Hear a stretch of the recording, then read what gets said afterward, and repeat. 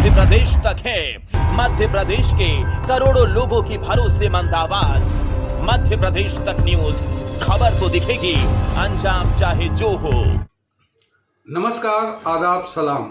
मैं हूं इस्लाम और आप देख रहे हैं मध्य प्रदेश तक। मध्य प्रदेश तक में हम दो टुक की बात करते हैं। दो टुक में राजनीतिक हलचलों का विश्लेषण करते हैं, राजनीतिक समसामयिक की घटनाओं पर हम आपसे जिराय करते हैं। हम आपको हर एक वो पहलू भी बताते हैं जिस पहलू में ये चुनाव चल रहा है। हालांकि लोकसभा चुनाव 2024 का आगाज हो चुका है और इस आगाज में सतना लोकसभा सीट से 4 बार के सांसद रहे गणेश सिंह को भाजपा ने अपना प्रत्याशी बनाया है, तो वहीं कांग्रेस ने सिद्धार्थ कुशवाहा को अपना प्रत्याशी बनाया है। तो एक बार फिर मैहर से 4 बार के विधायक रहे पंडित नारायण त्रिपाठी को बहुजन समाजवादी पार्टी ने अपना प्रत्याशी बनाया है। अब इन प्रत्याशियों की हम बात करेंगे, लेकिन हम बात करेंगे उस नेता की जो लगातार 2 बार से सतना विधानसभा से निर्वाचित होकर विधानसभा पहुंच रहे हैं, सिद्धार्थ कुशवाहा उर्फ डब्बू का। डब्बू की हम चर्चा करेंगे, उनके राजनीतिक कैरियर के बारे में बात करेंगे और जानेंगे कि क्या डब्बू सिद्धार्थ कुशवाहा परिपक्व नेता है या अपरिपक्व नेता है। सिद्धार्थ कुशवाहा उर्फ डब्बू मध्य प्रदेश के एक भारतीय राष्ट्रीय कांग्रेस के राजनेता है जो 2018 से मध्य प्रदेश विधानसभा के सदस्य के रूप में सतना विधानसभा क्षेत्र का प्रतिनिधित्व कर रहे हैं। सिद्धार्थ भारतीय संसद के पूर्व सदस्य सुखलाल कुशवाहा के पुत्र हैं, जो मध्य प्रदेश के पूर्व मुख्यमंत्री अर्जुन सिंह को हराकर सतना लोकसभा क्षेत्र से भारतीय संसद के निचले सदन के लिए चुने गए थे। सिद्धार्थ 2018 के मध्य प्रदेश विधानसभा चुनाव में 3 बार के विधायक रहे शंकर लाल तिवारी को हराकर पहली बार विधायक बने थे। उन्होंने मध्य प्रदेश राज्य के लिए भारतीय राष्ट्रीय कांग्रेस के अन्य पिछड़ा वर्ग विंग के अध्यक्ष के रूप में भी कार्य किया है। सिद्धार्थ कुशवाहा पिछले बार विधानसभा चुनाव लड़े और शंकर लाल तिवारी को चुनाव हराया। फिर उसके बाद में उन्हें 2023 के विधानसभा चुनाव में लड़ाया गया और एक बार फिर वो 4 बार के सांसद रहे गणेश सिंह को चुनाव में परास्त किया और दूसरी बार विधानसभा भोपाल पहुंचे।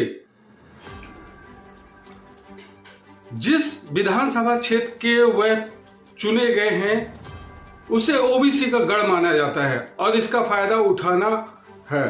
जाति समीकरण का लाभ उठाते हुए विधानसभा के सदस्य के रूप में उनके कार्यकाल के अंतिम वर्षों में उन्हें बाद में मेयर का भी चुनाव भारतीय राष्ट्रीय कांग्रेस के उम्मीदवार के रूप में नामांकित किया गया था।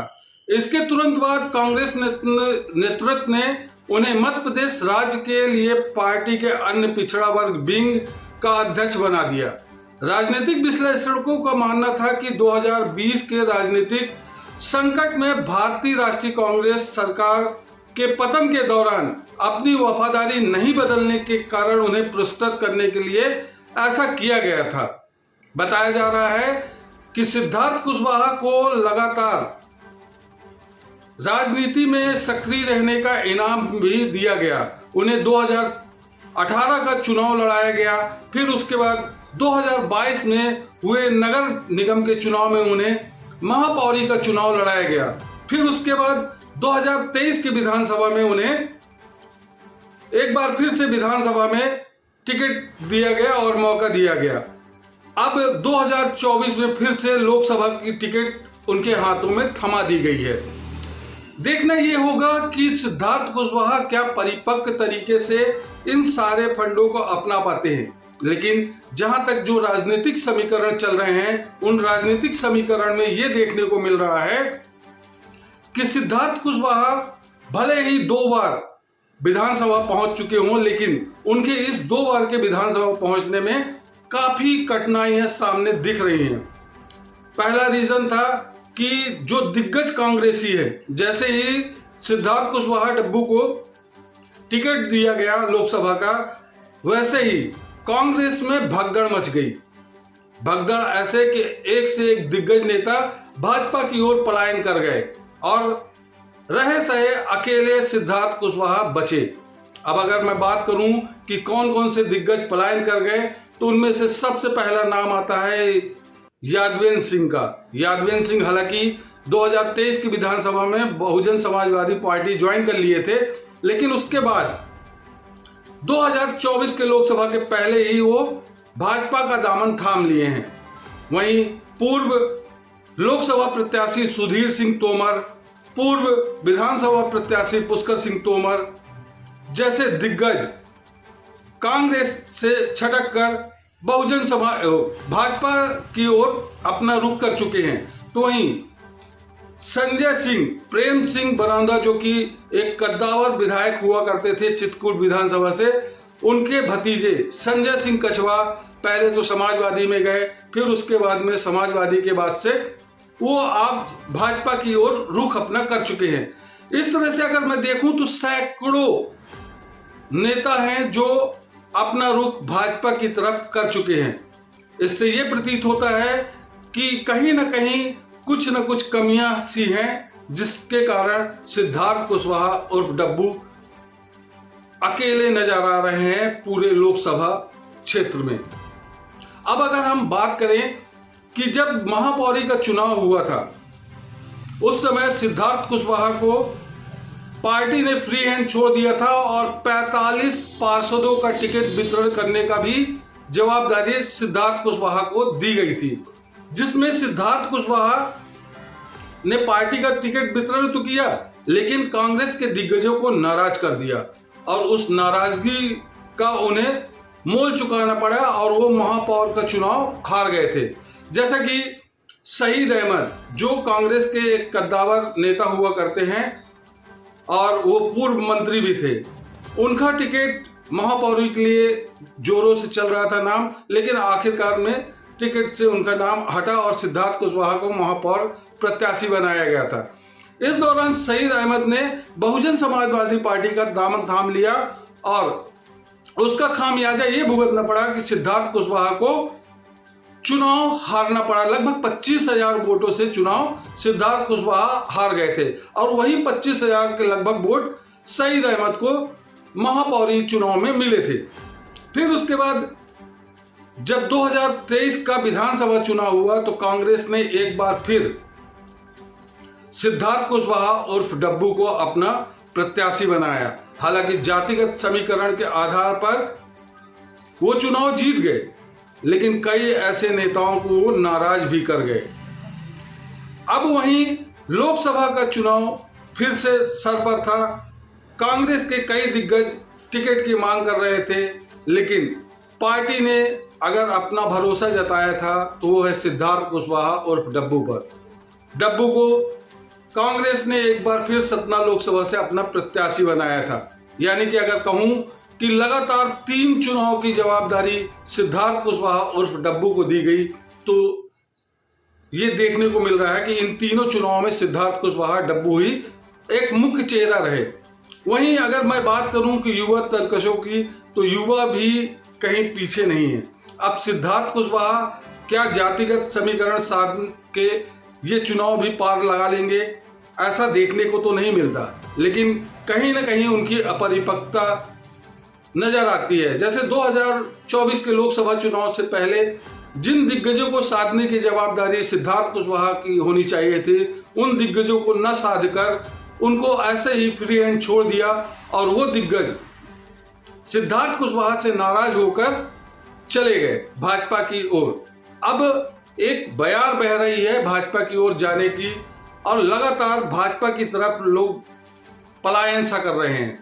जहां सिद्धार्थ कुशवाहा से नाराज, वहीं पार्टी की गतिविधियों से नाराज सभी नेता लगभग पलायन की ओर हैं। और अभी और भी देखना होगा कि बहुत सारे ऐसे नेता हैं जो पलायन की स्थितियों में दिखेंगे। तो अगर ये देखा जाए कि अगर ये सिद्धार्थ कुशवाहा डब्बू इन सभी नेताओं को साधने में कामयाब हो जाते तो इनकी परिपक्वता झलकती।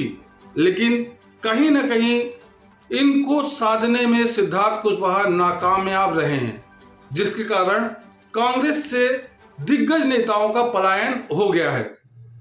अब देखना होगा कि जब 26 अप्रैल को वोटिंग होगी, मतदान होगा, उसमें किस तरह का सिनेरियो बनता है, किस तरह से वोटिंग होती है और क्या प्रतिशत के हिसाब से मतदाता घरों से निकलते हैं और इन घर अपना मतदान करते हैं। लेकिन देखना ये होगा, जिस तरह से अभी तक सतना विधानसभा की बात हो रही थी कि जातिगत समीकरण के आधार पर सिद्धार्थ कुशवाहा चुनाव जीत जाते हैं, तो क्या सतना लोकसभा के अंतर्गत आने वाली सातों विधानसभा सीटों में क्या इसी तरह का सिनेरियो बनेगा? अगर इस तरह का सिनेरियो बना तो आपको एक अलग ही परिणाम देखने को मिलेगा। लेकिन जहां तक मैं देख रहा हूं, सतना लोकसभा का चुनाव किस ओर जा रहा है ये तो आगे आने वाला वक्त बताएगा। लेकिन जातिगत आधार पर यह होने वाला चुनाव कहीं ना कहीं दोनों ही ओबीसी मतदाताओं को अपनी ओर रिझा रहे हैं। तो वहीं एक स्वर्ण प्रत्याशी भी अब मैदान में है। तो जिस तरह से परिपक्वता अपरिपक्वता के बीच में खेल चल रहा है, उस परिपक्वता में जहां एक ओर 4 बार के सांसद अनुभव काफी है, तो वहीं दूसरी ओर 4 बार के विधायक से मुकाबला 2 बार के विधायक सिद्धार्थ कुशवाहा उर्फ डब्बू का है।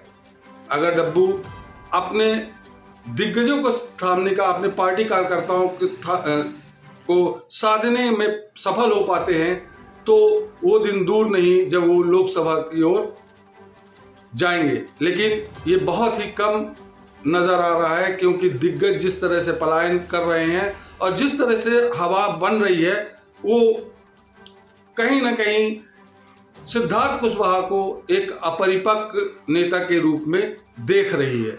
तो ये थी हमारी राजनीतिक विश्लेषक सिद्धार्थ कुशवाहा को लेकर, जो परिपक्व और अपरिपक्व की स्थितियों में हैं। हम आपको आगे भी कई विश्लेषण बताएंगे, राजनीतिक समीकरण बताएंगे। तब तक के लिए मुझे इजाजत दें। नमस्कार, जय हिंद। न बेमतलब के मुद्दे, न बेमतलब की बहस, खबर सिटी से लेकर गांव तक की, संसद से लेकर सड़क तक की, मध्य प्रदेश तक है। मध्य प्रदेश के करोड़ों लोगों की भरोसेमंद आवाज, मध्य प्रदेश तक न्यूज। खबर तो दिखेगी, अंजाम चाहे जो हो।